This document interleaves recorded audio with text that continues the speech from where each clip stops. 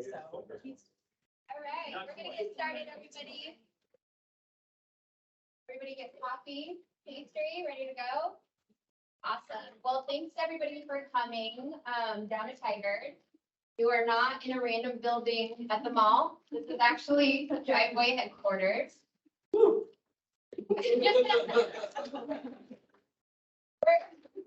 super stoked to be a part of the PDX Design Festival this year. My name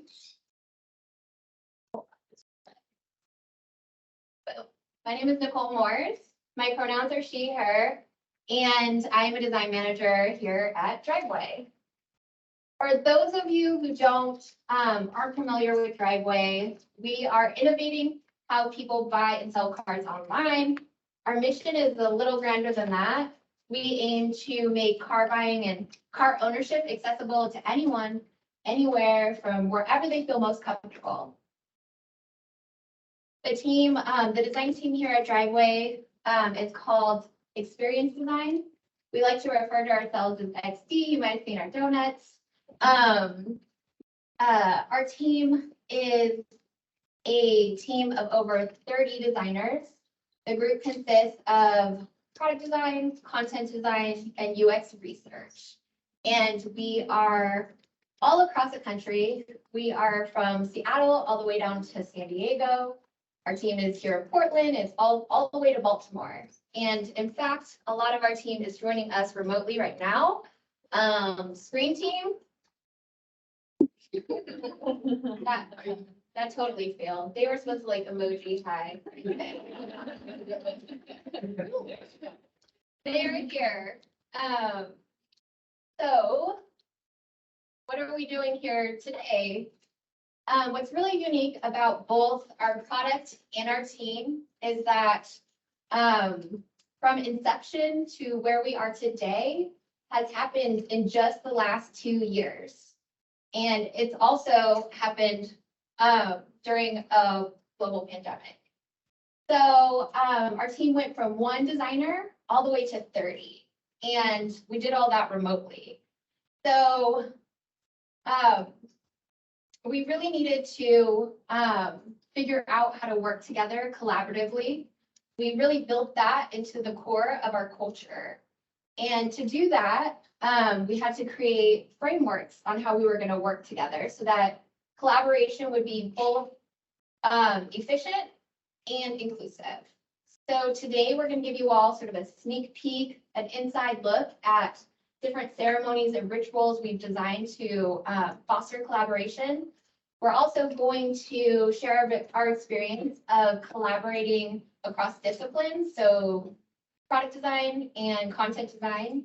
And then we're going to give you some tangible insights into how we have utilized our tools and also design system to scale our collaboration. So before that, all of that, I have a call to action for the folks that are here today. While we are talking and you're listening, can you think about your own experiences with collaboration on your team? Has there been anything that's been novel, or what's worked or what hasn't? Throughout the talk, we'll have you all share your experiences. And for those who share, I have a prize, the limited edition Driveway XD swag pack that was designed by our own talented designer, Monse Garcia. Limited edition and covetable. So with that, I will go ahead and pass the mic. Clicker. I have a mic, so probably that's a great thing. Hi, everyone. Thank you so much for driving out here. My name is Derek. I am a principal product designer here at Driveway, and Namoon. Hi, everyone. My name is Namoon. I hope you guys can hear me, but I'm a product designer here at Driveway as well. Awesome. Thank you, Namoon. And also hi to everyone else joining us remotely. Namoon and I are going to be talking about our experiences designing for collaboration today. Primarily talking about a new ceremony, not new to the industry, but new to us, and that is Design Crit. Before we talk about design crit and collaboration in general, I think it's probably important to acknowledge that we work in Figma, and multi-cursor and the functionality to all be in the same digital canvas at the same time has changed everything, probably forever. No longer are we restricted to the huddling over someone's shoulder, staring at a single monitor, pointing at a screen while one person affects change on canvas. This multiplayer capability has really enabled like some really magical experiences, both from a productivity, but also from a fun standpoint. And I included these slides of just the fun activity that we did at a stand-up the other day, where we did a photo shoot, where we traveled around the globe and visited some popular places that we had never been to. And we're able to admire the juxtaposition of architecture here at the entrance to the Louvre in Paris, France. And took a trip over to Venice and enjoyed that beautiful sunset. And then we still had enough time to make it back to Springfield and stream a PDX design talk from the couch. Eric and Lauren, I don't know what you're doing over there in the kitchen, but they'll make it there eventually. This is super cool to me. I'm probably going to frame this and put this on my desk, but more so than anything, I think that just really sort of embodies the spirit of collaboration, fun, and just making things with your teammates. One other tenet to get into before we kind of started talking about designing for collaboration is that it might be important to understand some of our design constraints. At Driveway, we are organized into different business verticals, and this is an excellent and super convenient way of organizing humans. However, if you're not careful, a siloed organization or team structure can sometimes manifest as silos in your product interfaces or tooling. And it does require being very intentional and mindful about the ways that you communicate and collaborate across your teams and across your organization. And this is sort of something that we set out to solve or improve with Design Crit, is that we wanted to improve the collaboration across our verticals. Our teams had a really good culture of sharing internally. There was lots of good collaboration between product engineering and design inside of each vertical, but oftentimes that reaching across the aisle and understanding what was going on in another area of the product was getting lost, or it wasn't as thorough as it could be. And so a group of teammates sat down and started to think about how could we improve this, and Design Crit was something that came to the top of the list of something that we were interested in trying. And like most things, we quickly realized through conversation that like a great crit wasn't going to happen by accident, and that we were going to need to be really intentional about the way that we designed the user experience of this new ceremony. Everything from how it was first introduced to the teams to the way that the information was documented and the tools that participants engage with when they're providing feedback. And so we walked away from those early conversations trying, like any good design exercise, to identify goals, things that we wanted to accomplish with this effort. And we walked away thinking that we needed to design this so it was going to be easy to engage. It couldn't just be another meeting or another ceremony for people to engage with it. If it wasn't easy, designers wouldn't volunteer. It had to provide value. Our intent was for Design Crit not to be a gate, an approval process that individuals need to go through in order to allow their work to progress to the next stage. This is intended to be a designer-led ceremony that was for designers and by designers, and that we needed to make sure that it was actually going to generate results, net positive for everyone involved. And then it also needed to be fun. Like, if we're not having fun at work, what are we doing here, right? And then also it was really important to us to try to think as inclusively as possible. Not only do we have individuals in multiple time zones, but feedback can also be sensitive. So how can we make sure that we're including inclusive design practices into ceremony itself? And so the conversations evolved from there, and this may seem really basic, but one of the very first things that we started to define was roles. And we ended up with the presenter, participant, and moderator. And Again, that seems really obvious, but the sheer act of putting some guardrails and some definition around what those rules are and how they engage or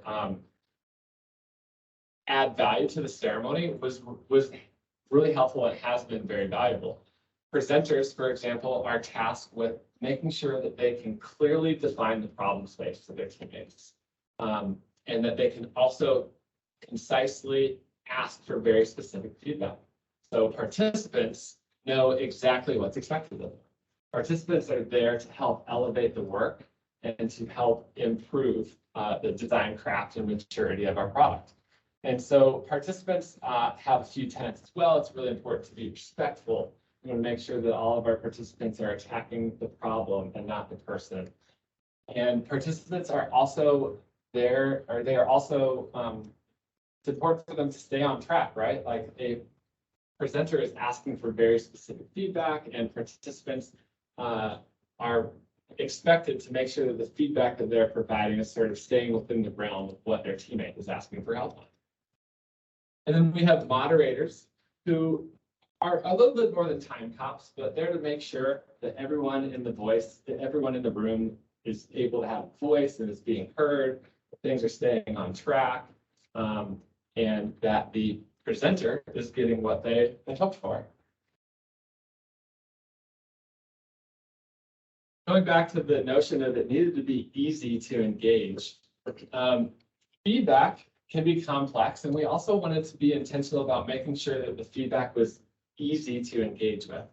At Driveway, we have somewhat of a robust infrastructure of internal tools in Figma, just different components and things that we use to provide inline feedback that go a little bit above and beyond the obfuscated comment feature that Figma currently has.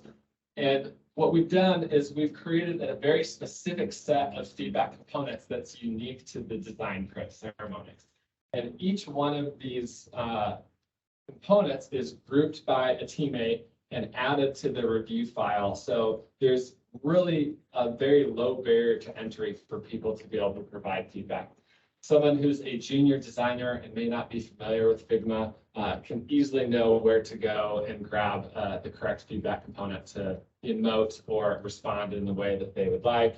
A content designer who's pretty well versed in Figma but may not be interested in fussing with component properties or changing avatars can just easily copy and paste, and that feedback gets onto the canvas quicker, and they have to think less.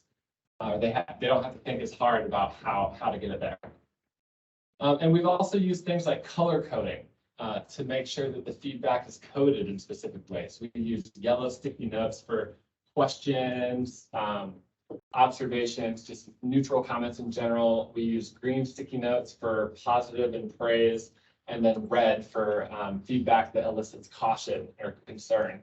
And this can create some pretty unique opportunities for moderators and participants, because as you zoom out on that canvas, you can quickly identify by color coding what areas of the design or the work that's being reviewed is receiving more positive or caution type feedback. And it allows group discussion to hone in to specific areas, and you can be a little bit more intentional and useful with the time that you have. It's important that the value was greater than the effort. And I think this goes back to just being really easy for people to engage.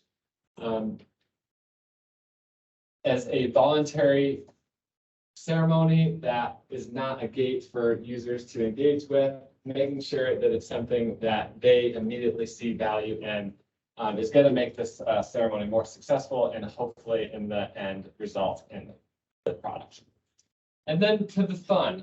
So we talked a little bit about our components, but not only do we try to inject color and lightheartedness into the way that we provide feedback, but just the way that the ceremony is conducted. We try to make sure that everyone just is positive and encouraging, and that there's plenty of endorphins and praise that's getting tossed around in the feedback sessions as well. This was probably one of my favorite collaborative experiences at Driveway, where Ellie, one of my teammates, wore this shirt. And then the idea came up to find a background that matched, and then magic happened, and history was made. Thinking about inclusivity, one of the other goals that we set out in designing this new ceremony is that we had to consider teammates in different office environments in multiple time zones, not quite to the extent of the Australian time zone that I was chatting with one of you earlier today, but we do have teammates scattered across the US. And we wanted to make sure that our schedule accommodated an optimal time for everyone, that it wasn't at the beginning of everyone's day or the end of someone else's day, and that it was a productive time. And we also wanted to be respectful of lunch because people have to eat. The group size was also something that we had plenty of discussion around. The group size couldn't be too big or too small, and we needed enough participants to cast a wide net and generate a broad perspective of feedback, but it couldn't be too large so that it would discourage participation, or maybe not everyone in the session would have an opportunity to provide feedback. And then two other ways that we've tried to be inclusive in the way that we've designed this ceremony is we've actually set up 2 rounds of feedback for each crit session, and each session will have 1 round of silent feedback and then 1 round of group discussion. And this has worked out pretty well for us so far. The silent feedback has really allowed for some cognitive processing before just verbally reacting to things. It allows people to listen to the presenter explain the problem space, and for them to navigate around the canvas and experience the design, the user interface, or the flows on their own, and process some of their own thoughts before just being required to verbally regurgitate feedback in a group setting. It's also ideal for teammates and individuals who are just less vocal teammates. Some people prefer asynchronous or written feedback, so this format allows that opportunity. And then also some feedback is just best written down, especially if you have a reference or you want to provide a link for something. We have a mechanism for our teammates to do that. And then we go into our group discussion, and this is where we can just really dig deeper. And it's an opportunity to prioritize the more complex feedback. I kind of mentioned the color coding of feedback and being able to observe different areas of the work that's getting different sorts of attention or different sorts of reactions. And this is an opportunity for feedback providers and presenters to ask qualifying questions, to dig into things, to understand the intent or the more intimate details of the feedback a little bit. And then it's also sometimes feedback is a little bit more complex and can be communicated better verbally. So trying to be inclusive, not only about the time zones and the size of the group, but thinking about the ways in which feedback is best delivered and received were all things that we try to be intentional about designing into the format or the team ritual. And Namoon is joining us remotely. Namoon played a huge role in not only designing a lot of the components, the feedback components that we use for Design Crit, but has also been an active participant, signs up regularly to bring work to the Design Crit, and has been invited to provide feedback on other teammates' work. And so she wanted to share a few words today on her experience interacting with the ceremony so far. Okay, awesome. Thank you, Derek, for the context. I have been an active participant and presenter in Design Crit many times, and it has been a wonderful way to collaborate with my teammates. So as a presenter and a participant, I have been able to receive feedback from other teammates and provide feedback to other teams. This ceremony has given me the opportunity to get outside perspective from other teams and improve as a designer in so many different ways. So when I joined Design Crit as a presenter, I know that the feedback that I will be receiving will be immensely beneficial because of the structure of the crit. It is set up in a way that allows us to receive the best feedback, because when we present our work, there is a template that you see on the screen that we fill out, and it addresses who our target audience is, what stage our work is in, the context of the project, the goals and objectives, and the specific feedback we're looking for. So the feedbacks are always tailored to our specific question, which allows me to move forward with meaningful actions. Because Design Crit is very organized in a positive environment, it has been extremely productive and constructive. the silent feedback session where everyone has time to write their feedback on a sticky note and then share their thoughts at the end of the session is the perfect time that lets us review and provide the necessary feedbacks. And it has helped me to see what was missing from my designs and how things can be improved. And it really is a fun and safe space for all of us to share our work. An important part of, being a great designer is to be able to give and receive feedback. And Design Crit gives me that opportunity to practice my presentation skills, my design skills, my feedback skills. And so I'm really, really grateful for Design Crit. And I want to thank you, Derek and team, for starting Crit. Thank you. Thank you, man. That was a lot of nice things to say about that ceremony, but it's not always nice. Like, we've received some negative feedback, some things that we've already implemented to improve, but I think that is another aspect of this that I'm trying to relate to a regular design process, is that like any good design process, listening to your users, doing a little bit of releasing and testing, and then iterating on your releases is really important. And we're trying to do that with our ceremony as well. So doing things like providing retros for presenters and participants to provide feedback, or async, recently sent out some polls to gather feedback, and just regular tuning to make sure that once you release something out into the wild, it's not etched in stone, and you have opportunities to continue to refine as your team evolves and grows. And in closing, for my call to action is that we're a scrappy team. Like, we didn't invent Design Crit, but we tried to be really intentional about how we incorporated it into our organization so it best fit our needs. And whether you're a team of 2 or a team of many, I'm a believer that you can improve or you can benefit from improved collaboration. So don't wait for permission. If you're not already designing your collaboration experiences, try it out and see how it feels.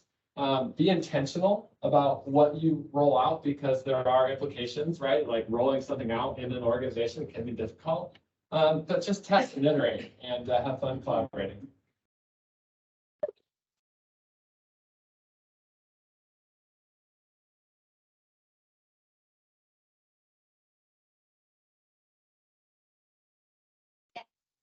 Actually wondering, sorry, brought you back. Is this for long-term projects or shorter-term projects? I work for City of Tigard, and a lot of our stuff is quick turnaround, but we're both the designers there and do a lot of quick critiques.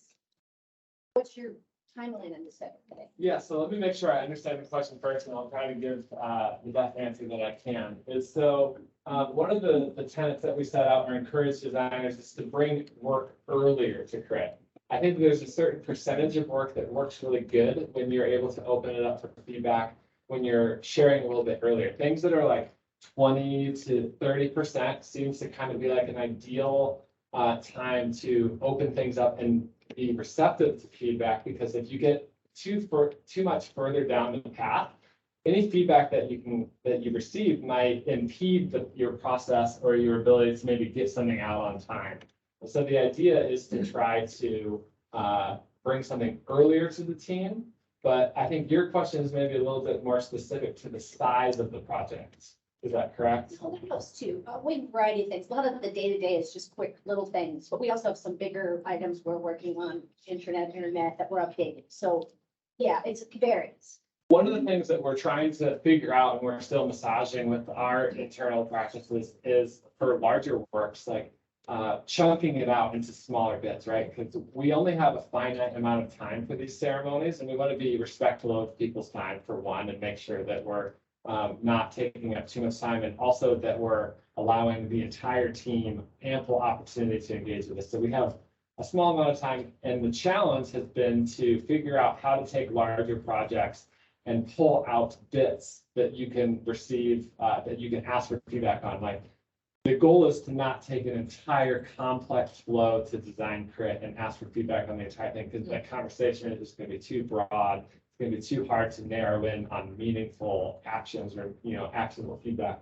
And so trying to pull out those nuggets that you can reach across the aisle or find other teammates that might be able to provide insight or perspective into something that you're working on to help shape the larger project, if that's helpful. Thank you. A question about, when you were talking about there's not too big of a team, not too small of a team for this ceremony. Have you found like this is the number of people that's like the sweet spots, everything's like a effective conversation? And also, how do you know who to bring into the conversation? Let's say you're building this project that you might want to have like the marketing expert or the subject matter expert, probably some manager that is related, or like a sales team member. So like, how do you also define who should be in this ceremony? I love this question. Excellent questions, both of these. This is one, again, that I don't know that we have it perfect, but we've sort of landed on 6 participants.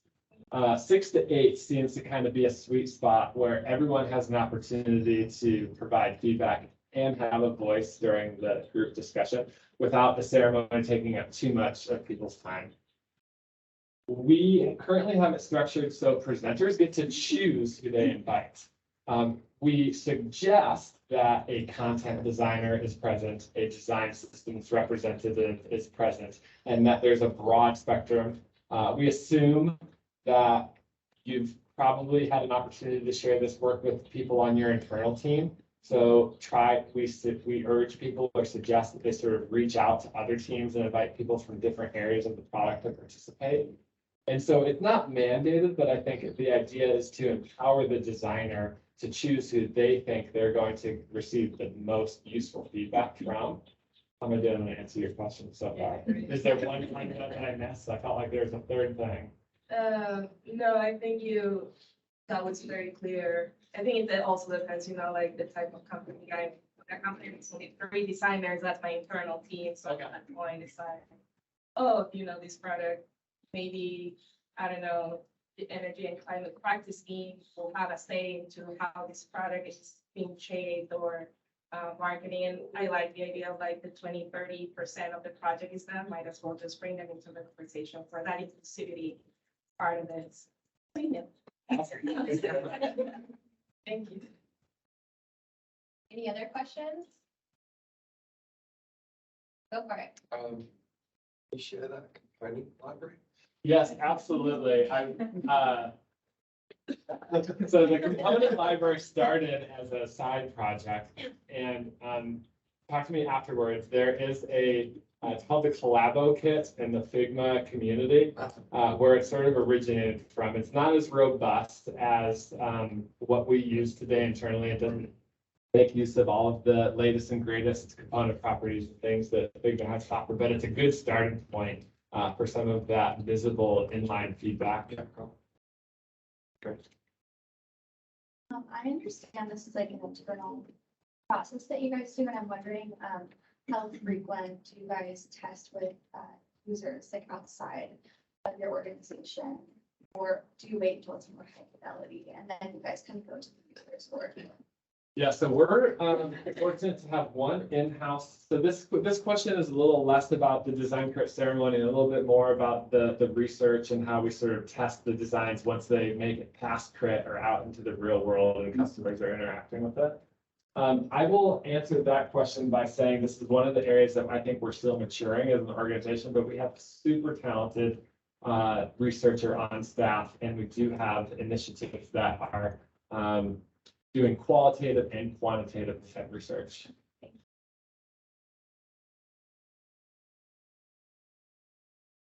Has it helped when, after you get that feedback and then you put together your work, when you're showing it to your stakeholders, you found, has our stakeholders seen an improvement in work after crit? What do you say? I absolutely have. Okay. I think one thing in that respect is like, I mean, that's the goal. I can't promise or guarantee that's going to happen every time. But one thing that it can do is increase a designer's confidence in a specific decision, provide them a broader perspective of how the thing that they're designing is impacted by other areas of the product. how it integrates. And so it's easier to tell a story, and it's also great presentation practice, right? So as it's a very safe environment and low barrier to entry to sort of practice those presentation skills before you get in front of maybe a presentation situation that's maybe a little bit more high stakes. Excellent. Awesome. Thank you, everyone. Thank you.